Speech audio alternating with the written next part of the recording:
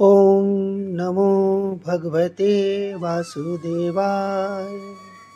नमस्कार मित्रों, जैसा कि आप जानते हैं कि विगत कुछ समय से हम हिंदू धर्म से संबंधित व्रत एवं पर्वों की जानकारी आप तक पहुंचा रहे हैं।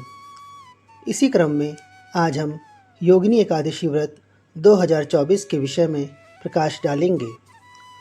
योगिनी एकादशी व्रत कब मनाई जाती है और इसका महत्व क्या है, आइए जानते हैं। हिंदू कैलेंडर के अनुसार आषाढ़ मास में कृष्ण पक्ष की एकादशी योगिनी एकादशी कहलाती है। स्कंद पुराण के अनुसार आषाढ़ महीने में भगवान विष्णु के 5वें अवतार भगवान वामन की पूजा करने का विधान है। क्योंकि इस महीने के देवता भगवान वामन ही हैं, इसलिए आषाढ़ मास की दोनों एकादशी और द्वादशी तिथियों पर भगवान वामन की विशेष पूजा और व्रत करने की परंपरा है। आषाढ़ महीने के दौरान भगवान विष्णु के इस वामन अवतार की पूजा करने से सभी मनोकामनाएं पूरी होती हैं। यूँ तो कोई भी व्यक्ति इस व्रत को कर सकता है, परंतु यह व्रत उन लोगों के लिए विशेष रूप से महत्वपूर्ण है जो कुष्ठ रोग अथवा किसी भी प्रकार के चर्म रोग और अन्य स्वास्थ्य समस्याओं से पीड़ित हैं। इस व्रत के प्रभाव से पूर्व में किए गए समस्त पाप और बुरे कर्म नष्ट हो जाते हैं। उत्तम स्वास्थ्य और संतान सुख की प्राप्ति होती है। एक मान्यता के अनुसार इस दिन स्नान के लिए मिट्टी का प्रयोग करना अति शुभ माना जाता है। स्नान के पूर्व तिल का उपटन शरीर पर लगाकर फिर स्नान करना चाहिए। योगिनी एकादशी को ओडिशा में खली लागी एकादशी या अनासारा एकादशी भी कहा जाता है। मित्रों, क्या आप जानते हैं कि इसका भगवान जगन्नाथ की रथ यात्रा से क्या संबंध है और इसका नाम खली लागी कैसे पड़ा? अगर नहीं तो हमारा अगला वीडियो ज़रूर देखिएगा। आई बटन पर क्लिक करके आप इसे देख सकते हैं। इसका लिंक हमने डिस्क्रिप्शन बॉक्स में भी दिया है, वहाँ से भी आप इस वीडियो को देख सकते हैं। योगिनी एकादशी व्रत की विधि। मित्रों, योगिनी एकादशी व्रत की विधि भी अन्य एकादशी व्रतों की तरह ही है। सूर्योदय से पहले उठकर स्नान करके भगवान विष्णु के चित्र या मूर्ति की पूजा करें और फल फूल मिठाई तथा तुलसी दल चढ़ाकर भगवान विष्णु से अच्छे स्वास्थ्य की कामना करें। एक बात का ध्यान रखें कि तुलसी के पत्ते एक दिन पहले ही तोड़कर रख लें ताकि एकादशी के दिन उन्हें तोड़ना ना पड़े। इस दिन पीपल के पेड़ की पूजा करना भी शुभ माना जाता है। व्रत के दौरान भगवान विष्णु के मंत्रों का जाप, विष्णु सहस्त्र नाम का पाठ और रात्रि जागरण करना उत्तम है। शास्त्रों के अनुसार एकादशी व्रत में अन्न एवं नमक ग्रहण करना निषिद्ध है। जल ग्रहण कर सकते हैं, परंतु बार बार पानी पीने से भी बचना चाहिए। निर्जला एकादशी के दौरान जल का भी निषेध है। जो पूर्ण उपवास रखने में असमर्थ है वो 1 या अधिकतम 2 बार फलाहार, दूध इत्यादि का सेवन कर सकते हैं। अगले दिन सूर्योदय के बाद भगवान की पूजा करके प्रसाद बांटना चाहिए। फिर ब्राह्मण को भोजन कराना चाहिए और उसके बाद स्वयं भोजन करके व्रत का पारण करना चाहिए। योगिनी एकादशी व्रत का मुहूर्त। योगिनी एकादशी का व्रत इस बार 2 जुलाई को किया जाएगा। एकादशी तिथि 1 जुलाई 2024 को प्रातः 10:26 से शुरू होगी और इसका समापन 2 जुलाई को प्रातः 8:42 पर होगा। उदया तिथि होने के कारण व्रत 2 जुलाई को ही किया जाएगा।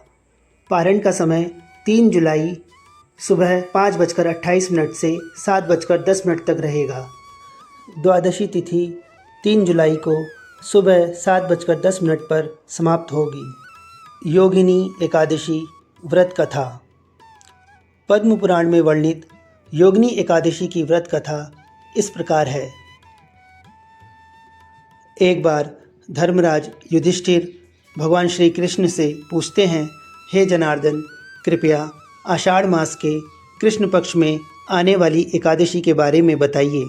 भगवान श्री कृष्ण ने कहा, हे राजन, आषाढ़ मास के कृष्ण पक्ष में आने वाली एकादशी का नाम योगिनी है। इस दिन व्रत करने से सभी पाप नष्ट हो जाते हैं और इस लोक में सुख की प्राप्ति होती है, साथ ही परलोक में मोक्ष की प्राप्ति होती है। पुराणों में वर्णित इसकी कथा ध्यानपूर्वक सुनिए।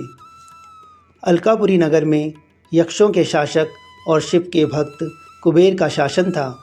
कुबेर के सेवकों में से एक हेममाली नाम का सेवक कुबेर द्वारा शिव पूजन के लिए मानसरोवर से फूल लाने के लिए नियुक्त था।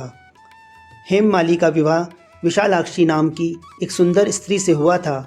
एक दिन मानसरोवर से फूल इकट्ठा करने के बाद हेममाली काम के प्रभाव से अपनी पत्नी के साथ भोग विलास में लिप्त हो गया और कुबेर तक फूल पहुंचाने में विलंब होने लगा।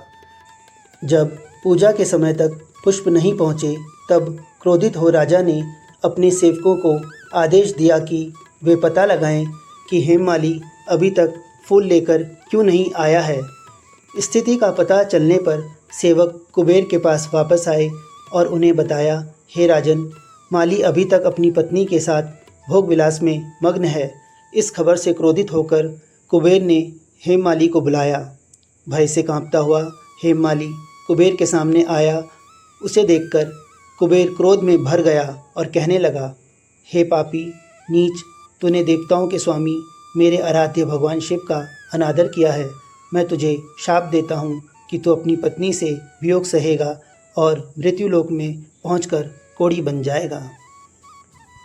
इस प्रकार कुबेर द्वारा शापित होकर हेममाली पृथ्वी पर गिर पड़ा और कोढ़ी बन गया। पीड़ा में भटकते हुए वह अंततः मार्कंडेय ऋषि के आश्रम में पहुंचा। हेममाली की दयनीय स्थिति को देखते हुए करुणामयी ऋषि ने पूछा, तुम पर क्या विपत्ति आई है जिसने तुम्हारा सुंदर रूप छीन लिया है और तुम इस दुर्दशा को प्राप्त हुए हो। हाथ जोड़कर हेममाली ने कहा, हे मुनिश्रेष्ठ, मैं यक्षराज कुबेर का हेममाली नाम का निजी सेवक था। राजा की पूजा के लिए पुष्प लाना मेरा दैनिक कर्तव्य था, किंतु एक दिन मैं अपनी पत्नी के साथ भोग विलास में लीन हो गया, जिसके फलस्वरूप मैं दोपहर से पहले राजा तक पुष्प नहीं पहुंचा सका और कुबेर ने मुझे पत्नी वियोग, कोढ़ तथा मृत्युलोक में कष्ट भोगने का श्राप दे दिया। इस प्रकार मैं अपनी पत्नी के वियोग और कुष्ठ रोग से त्रस्त होकर पृथ्वी पर यहाँ वहाँ भटक रहा हूँ। मैं आपसे प्रार्थना करता हूँ कि आप कृपा कर मुझे अपने दुखों से मुक्ति का कोई उपाय बताएं। मार्कंडेय ऋषि बोले, चूँकि तुमने सत्य कहा है, इसलिए मैं एक ऐसा कल्याणकारी व्रत बतलाता हूँ जो तुम्हें रोग मुक्त करके तुम्हारा उद्धार करेगा। यदि तुम आषाढ़ मास के कृष्ण पक्ष में पड़ने वाली योगिनी नाम की एकादशी का व्रत श्रद्धापूर्वक करोगे तो तुम्हारे सभी पाप नष्ट हो जाएंगे और तुम स्वस्थ हो जाओगे। मार्कंडेय ऋषि के ये ज्ञानपूर्ण वचन सुनकर हेममाली बहुत प्रसन्न हुआ और उसने तुरंत योगिनी एकादशी का व्रत करना शुरू कर दिया। इस व्रत के फलस्वरूप वह पुनः अपने पूर्व स्वरूप में आ गया और अपनी पत्नी के साथ सुखपूर्वक रहने लगा। कथा का समापन करते हुए भगवान कृष्ण ने कहा, हे राजन, योगिनी एकादशी की कथा कहने या सुनने से प्राप्त होने वाला पुण्य 88,000 ब्राह्मणों को भोजन कराने के बराबर है। इस पवित्र दिन पर उपवास करने से सभी पाप नष्ट हो जाते हैं तथा स्वर्गलोक में स्थान मिलता है और अंततः मोक्ष की प्राप्ति होती है। यह थी योगिनी एकादशी की व्रत कथा। मित्रों, आपसे अनुरोध है कि कृपया हमारे चैनल आध्यात्म दर्शन को अवश्य सब्सक्राइब करें और अगर यह वीडियो आपको पसंद आई हो तो कृपया इसे लाइक और शेयर भी अवश्य करें। इस वीडियो में यदि कुछ त्रुटि हो या फिर आप कोई सुझाव देना चाहते हो तो अपने कमेंट के ज़रिए आप हमें अपने सुझाव पहुंचा सकते हैं। धन्यवाद। ओम नमो भगवते वासुदेवाय।